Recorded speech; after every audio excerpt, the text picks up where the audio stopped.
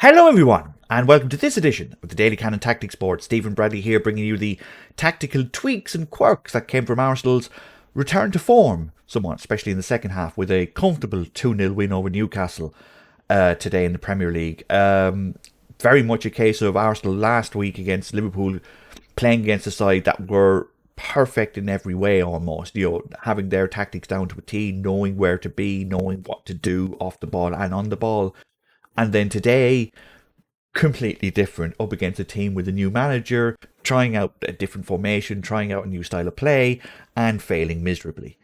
And throughout this video, I'll be guiding you through how Arsenal did this, how Arsenal were able to take advantage of Newcastle's slips in concentration, slips in, just in tactics, and showing you how they took advantage, especially in the second half. If this is a video that you will enjoy, please feel free to hit the like button. If you want these videos in your inbox on a regular basis, hit the subscribe button and that little bell beside it. Again, the support for these videos has been unbelievable, so thanks very much for that. If you do want to comment down below. If I've missed anything, we'll get to you as soon as possible. We've got a fantastic community building, loving talking tactics, especially when it comes down to where teams set up and especially what runs are made, because a couple of people were saying, in the comments below after the Liverpool game, that Lacazette should be dropped for Odegaard, and Arteta agreed with me, frankly, and this was definitely a game that warranted Odegaard to start, but I was a little bit surprised that, not that Lokonga started, because Arsenal don't really have that many options in midfield right now.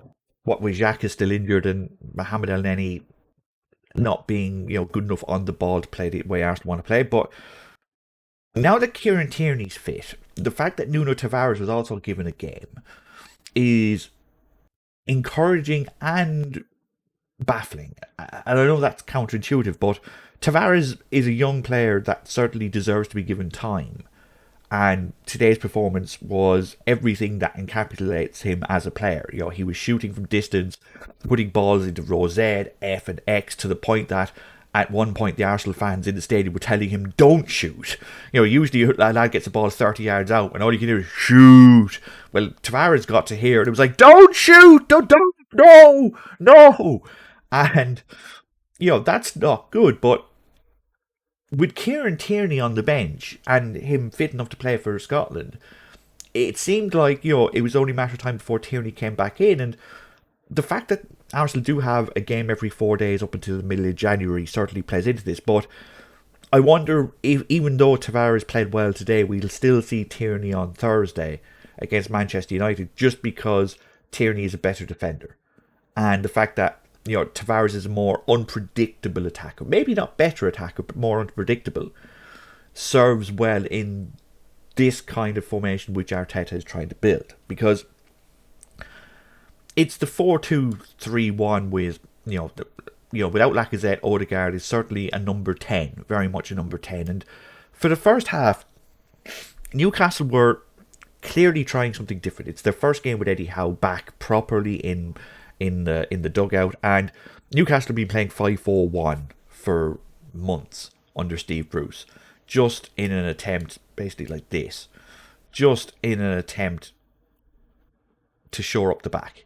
They'd be playing 5-4 with Joelinton, St. Maximin and Wilson, and it was very much this at times.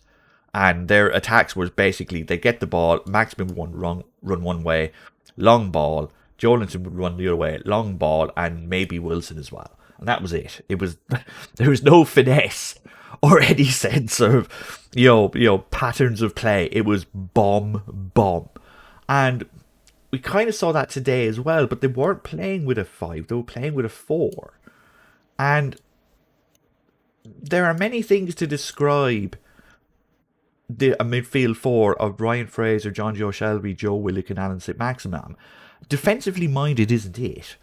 And there were times where this almost became a 3 and tried to press Arsenal a little bit up the field, but failed miserably, because Arsenal at will were able to get through here to the point where, if we go to our good old friend the heat map, you can see where Arsenal were getting the ball. Like, they were getting the ball here. For most of the first half at least, instead of pushing forward and trying to press on the front foot, they were like this. Kraft was back here, Lascelles, Ritchie, and it was your very basic, very bog standard Mike Bassett 4-4 Brexit 2. And as a result, Arsenal were able to just push up the field and knock it round them. You know, Lokonga would go here, Smith Rowe would go in here, Partey would push up, Odegaard would go here, and a lot of what Arsenal were doing in the first half was trying to get these overloads on either side, with Tavares, Lokonga and Smith Rowe here, and Odegaard, Saka and Tomiyasu here, trying to create either 3-on-2s here to try and get behind here, and it wasn't really working. Newcastle were doing a good enough job of just funneling everyone into the middle, and as a result, there wasn't really much room, and because of that, Aubameyang was getting no ball. You know, Arsenal were getting funneled back in here, coming round, back to Partey, going round again. Again, you can see this, again, it's that U that forms just by knocking it round. And even if we just go to Odegaard, there's Odegaard here. You know, in that right centre midfield, right attacking midfield. And then if we go Saka, it's the same. And as a result, these two were getting on each other's toes at times. And look, this happens. It's not Odegaard's first start, but it's not his 50th either. These two are going to figure it out at some stage of what to do. And it took 40 minutes, but they figured it out. And it's to the credit of Tavares and Smith Rowe that they did, because Lokonga stayed deep, Partey stayed deep, Odegaard came here, Tomiyasu was still a threat coming down the right, he even took a shot for, I think everyone nearly took a long shot apart from Partey at this game, which was made a change. And what they figured out was that any time Newcastle got the ball, they were just knocking it down long, all the way down to Wilson. And Gabriel and Ben White had him nicely covered. And with Tomiyasu here and Odegaard here, with Partey covering on the right, with Jonathan, staying rather narrow and Ryan Fraser getting no ball, Ritchie and Maximum is a 2-on-2. Odegaard's here, Partey's here. There's no need for Saka to be here when defending. So if he doesn't need to be here to be defending, he decides, well, grand, so I'm going to go here. And, in the end of the first half, he gets a cross in. It's, deflected a little bit. Well, it goes to Smith Rowe.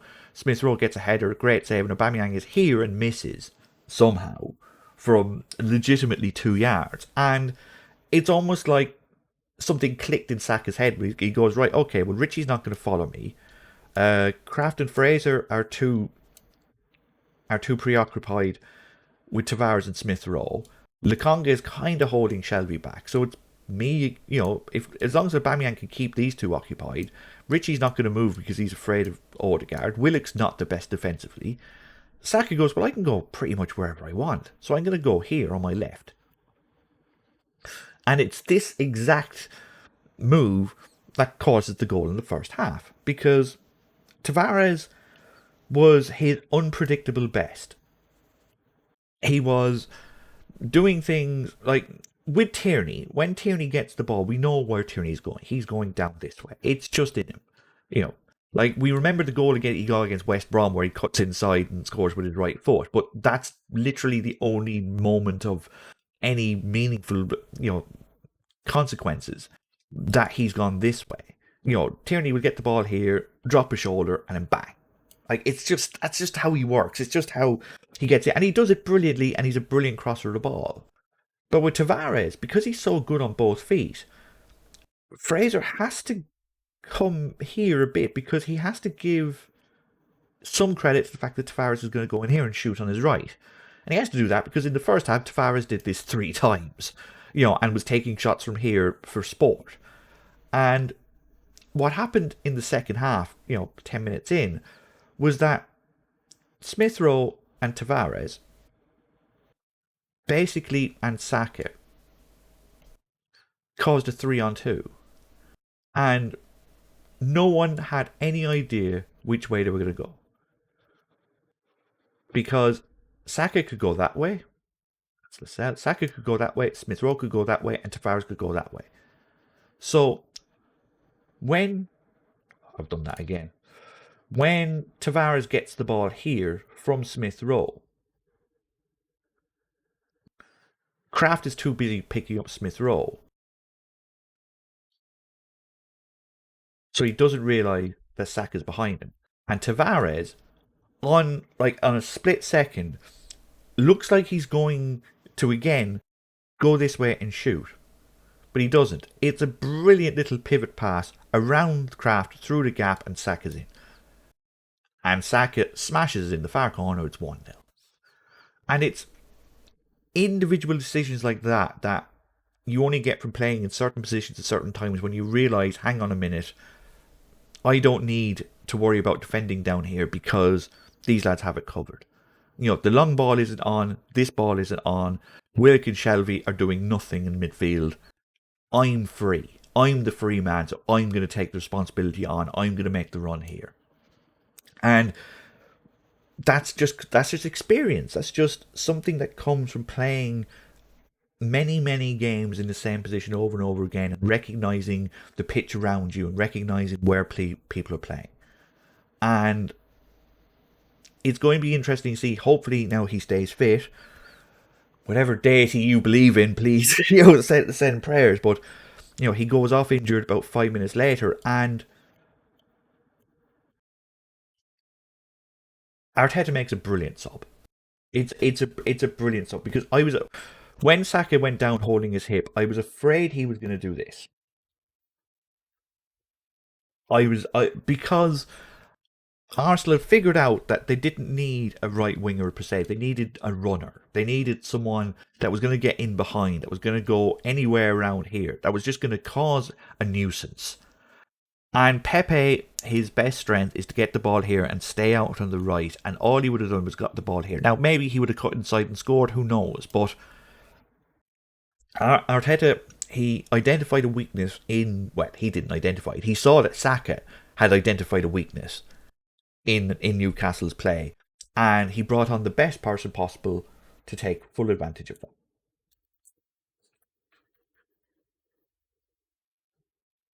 Brilliant.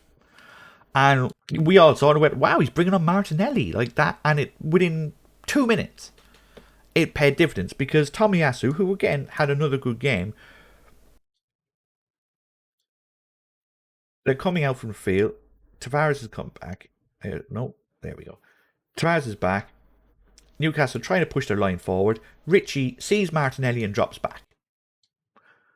And Martinelli just spins in here, and Tomiyasu plays a lovely little lofted pass. It's a touch overhit, to the point that where Martinelli is, he's got 3 things to worry about. 1, the ball dropping over his shoulder, because that's always a hard thing to do, to kick a ball when it's coming over your back shoulder. It's even hard just to catch it, even in cricket or rugby or something. It's a very difficult skill to get used to, because you have to time it. You have to make sure that you hit it without actually seeing the ball until the last minute. You've almost got to start swinging before you see it. And you've got to do that, and then you've got to turn your head, knowing full well that there's a goalkeeper there that's about to clatter you. And you're like, what do I do here? Do I keep concentration? Do I make sure I hit the ball? And not only did Martinelli do all of that, he also put it in the far corner. And it's 2-0 and it's game over.